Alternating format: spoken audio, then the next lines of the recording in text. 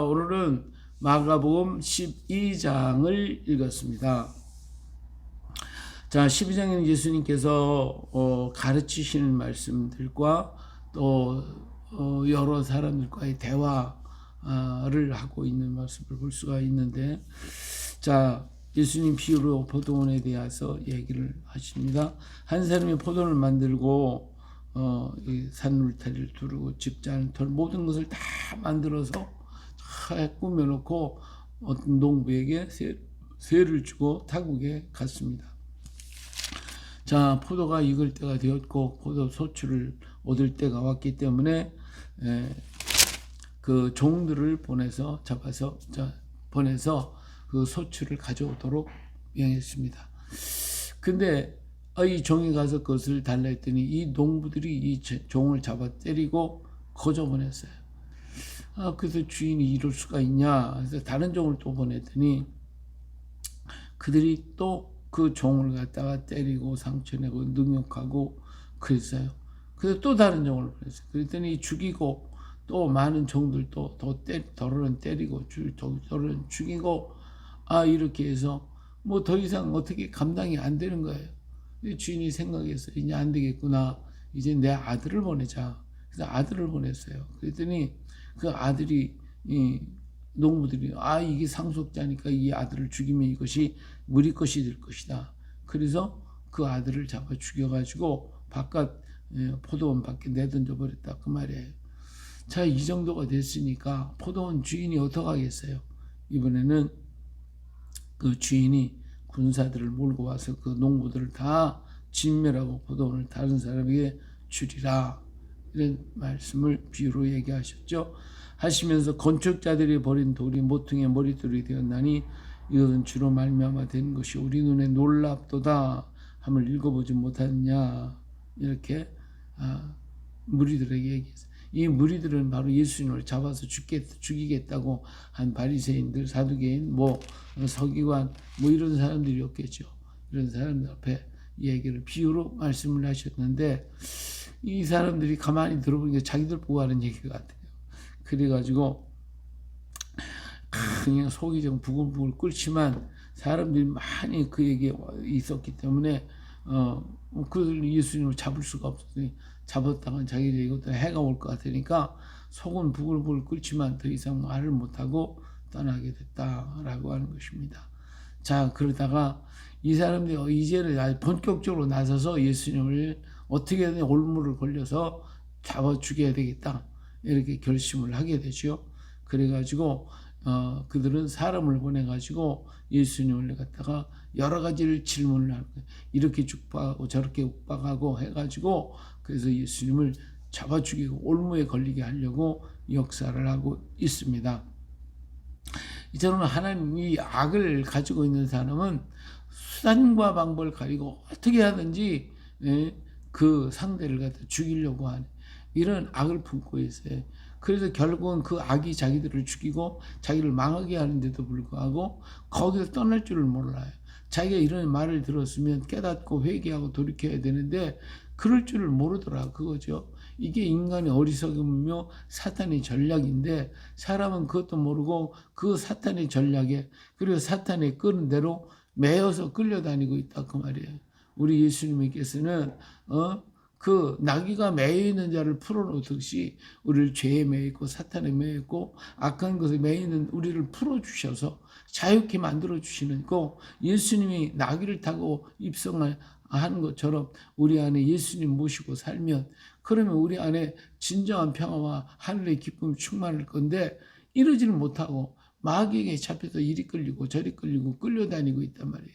그래서 어떤 사람이 하나님의 말씀을 들으면 그 말씀이 내게 생명이요 은혜가 되고 능력이 되고 힘이 되어서 정말 그 말씀이 살아서 운동력이 있어 우리 심령을 골수를 찔러 쪼개고 회개하며 자복하고 하나님께 나와서 구원받는 복된 사람이 있는가 하면 말씀을 들었는데 그 말씀을 가지고 대적하고 오히려 그것 때문에 반발하고 그것 때문에 싸운다 이거예요. 그래서 결국은 그것 때문에 망하는 자가 있는데 그래서 하나님의 말씀은 둘로 나눠지는 거예요. 말씀을 듣고 회개하고 거듭나는 변화되어 하나님 축복받은 사람이 있는가 하면 하나님의 말씀을 스데반이 전했을 때 듣고서도 오히려 스데반을 때려 죽이는 악을 행한 결국은 자기들을 또 멸망의 길로 들어가게 만드는 그런 사람들이 있는 거예요.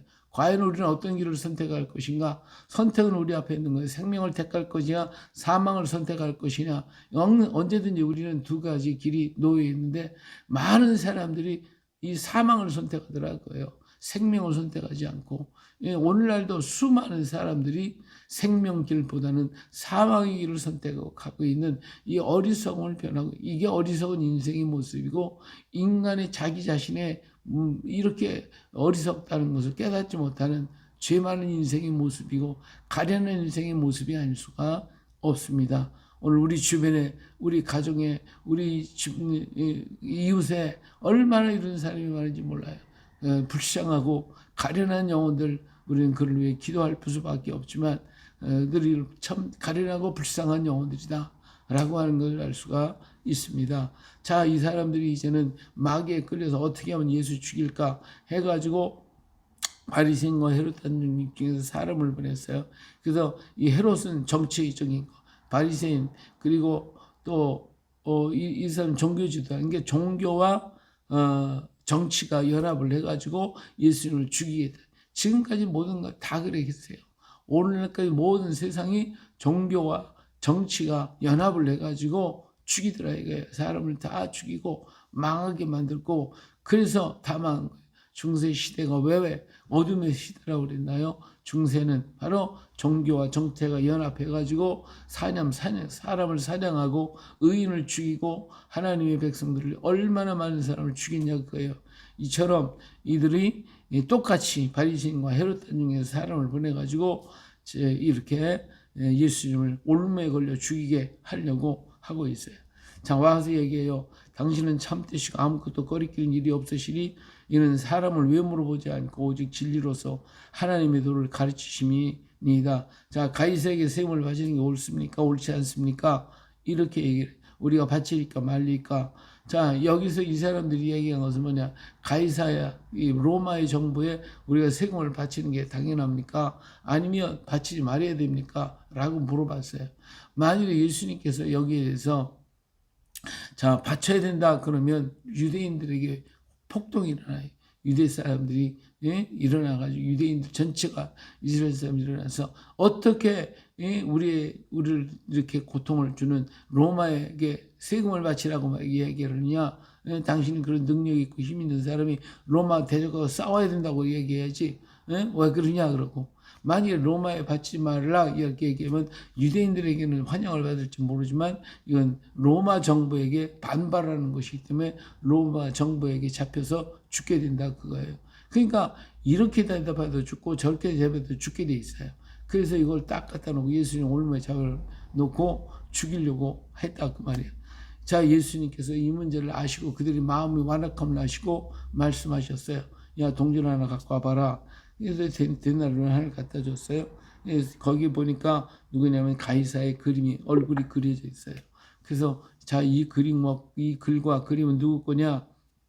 그러니까 가이사의 것입니다. 그래.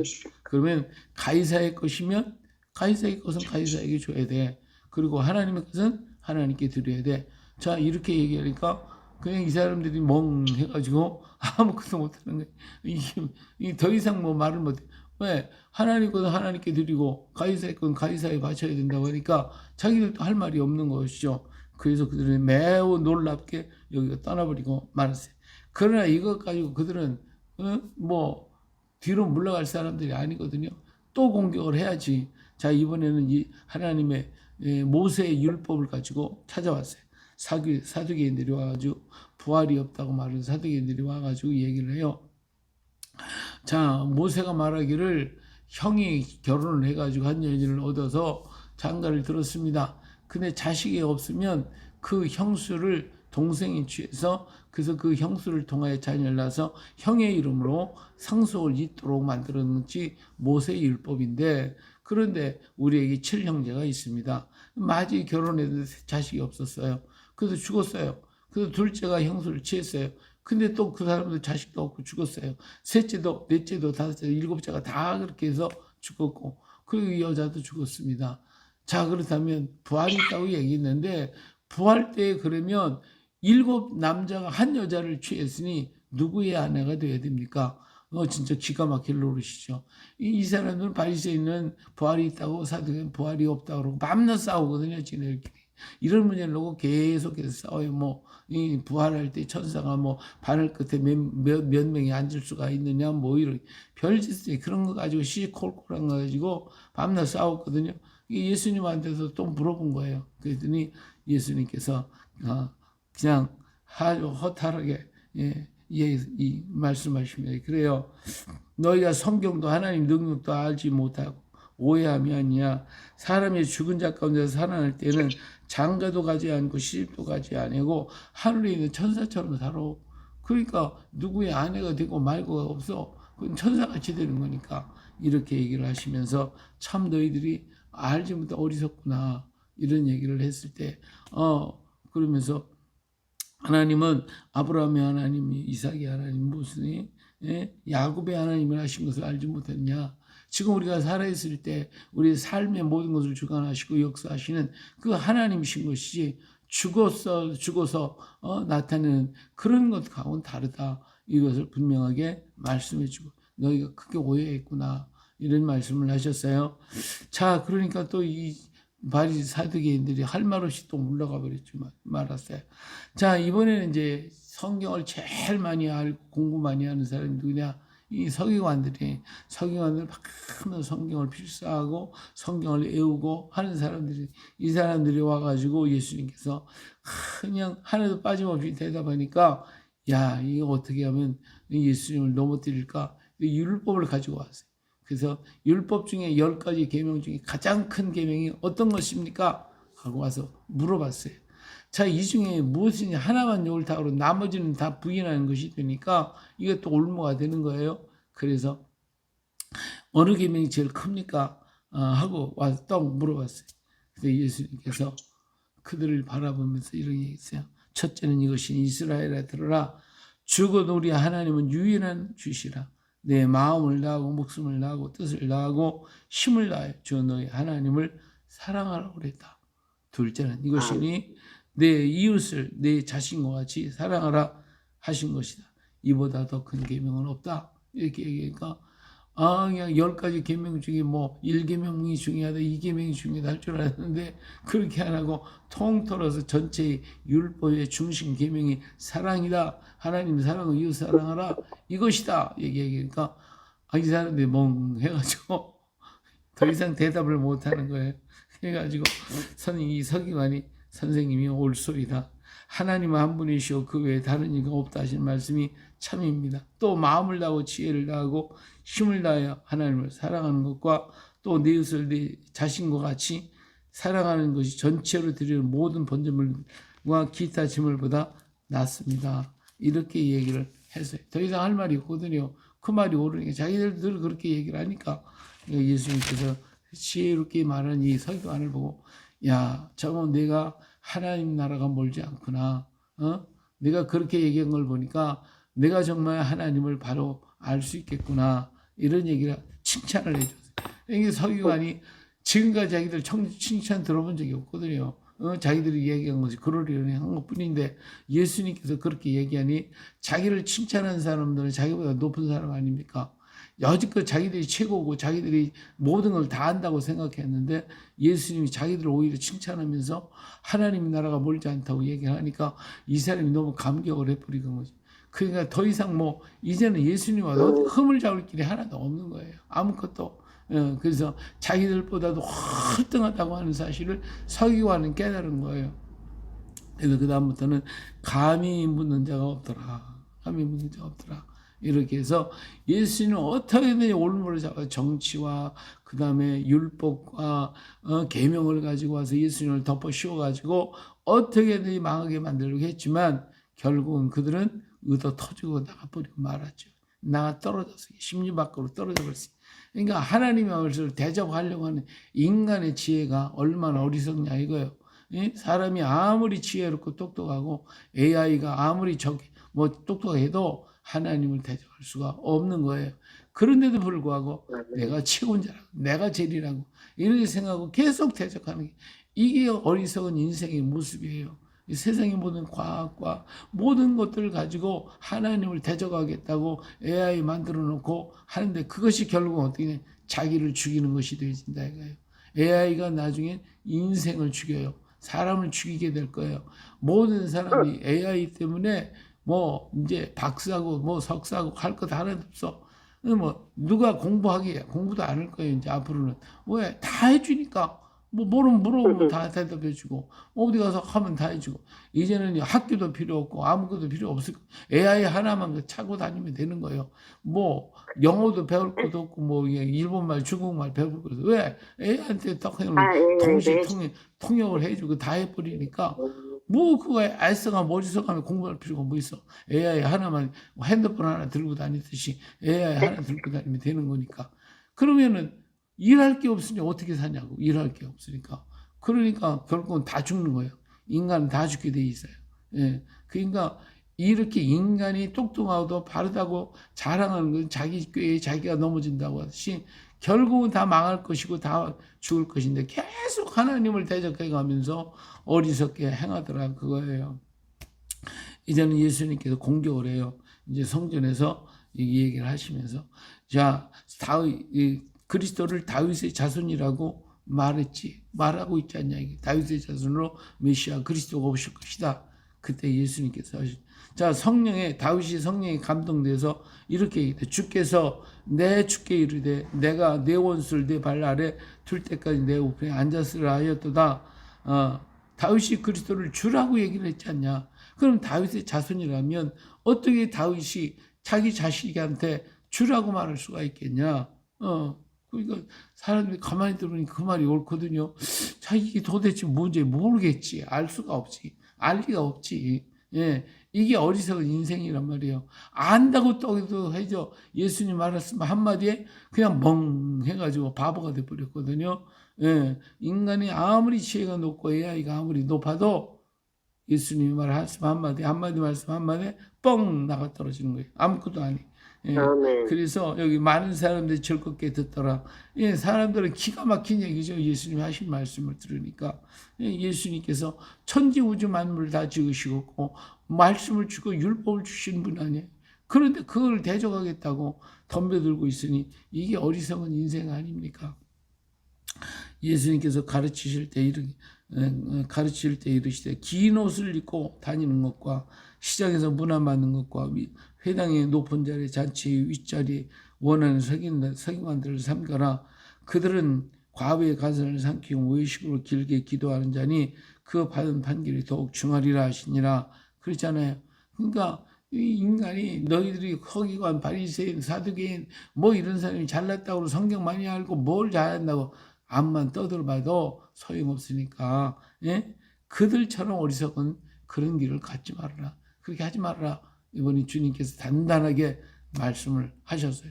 그러면서 이제 헌금함에 앉아서 이렇게 헌금하는 걸 볼 때 부자들이 와서 막 돈통에다가 동전이니까 막 허리가 요란하게 쏟으니까 사람들이 다 쳐다보고, 야, 저 사람 대단하다 그랬을 거 아닙니까? 근데 아무도 모르게 가는 과부가 와서 두 렙돈을, 아주 작은 돈을 갖다 집어넣은 아주 부끄러워서 어쩔 줄 모르는 그 모습을 보면서 얘기했어요. 이 과부가 최고 많은 것을 드렸다. 예, 사람들이 많이 와르르 소리를 내면서 드렸지만 그것은 하나님 앞에 하나님 앞에서 금은 천금을 드린들 그게 하나님은 뭐가 상관있어요? 예? 그 사람의 마음과 정성, 꽃 한 송이라도 하나님께 드렸다면 하나님이 감동할 것이지만 아무리 천금만금을 갖다 드린들 하나님이 뭐 그게 부족해요? 하나님 없어서? 하나님이 감동하지 않습니다. 그러나 아무것도 없지만 어린아이 하나가 꽃 한 송이 가져와서 드린 것이라면 하나님 그것을 감동을 하시는 거거든요. 오늘 우리도 그렇잖아요. 이것을 우리에게 말씀하시면서 지금까지 대적했던 모든 것들 이게 너희는 하나님을 대적한 거야. 그러나 하나님 그 마음을 받으시고 중심을 받으니 너희 중심 똑바로 놔둬. 여기 얘기하시는 거 아닙니까? 오늘 우리가 하나님을 섬김이 바로 그것입니다. 외형적이고 잘났다고 뻐기고 할 게 하나도 없다는 거예요. 주님 앞에는 그저 아멘. 내 마음을 드리고 내 사랑을 드리고 나의 성품을 주님께 온전히 드리는 거 그거 하나밖에 없어요. 우리 하나님이 원하는 건 천금만금을 그리는 원하는 거 않습니다. 우리 생명을 다가 바친다 할 때도 하나님께는 아무것도 아니에요. 우리 하나님을 사랑하는 마음 그 한 가지를 우리 하나님은 원하시고 계시다 그것입니다. 그래요. 오늘 하루 동안도 주님께서 원하신 것이 무엇일까? 내가 주님을 사랑합니다. 주님을 사랑합니다. 그래서 사랑하기 때문에 내가 찬양하겠습니다. 주님을 사랑하기 때문에 내가 기도하겠습니다. 주님 사랑하기 아멘, 때문에 아멘. 가겠습니다. 이 말 한마디가 주님의 마음을 감동시키고 그런 우린 축복 가운데 걸어가는 것입니다. 오직 주의 말씀에 아멘. 아멘. 감사합니다. 이것밖에 우리는 할 것 없습니다. 감사합니다. 오늘 이 말씀 가지고 우리 또 멋진 오늘 하루 만들어 가시기를 예수님의 이름으로 축복합니다. 할렐루야. 아멘.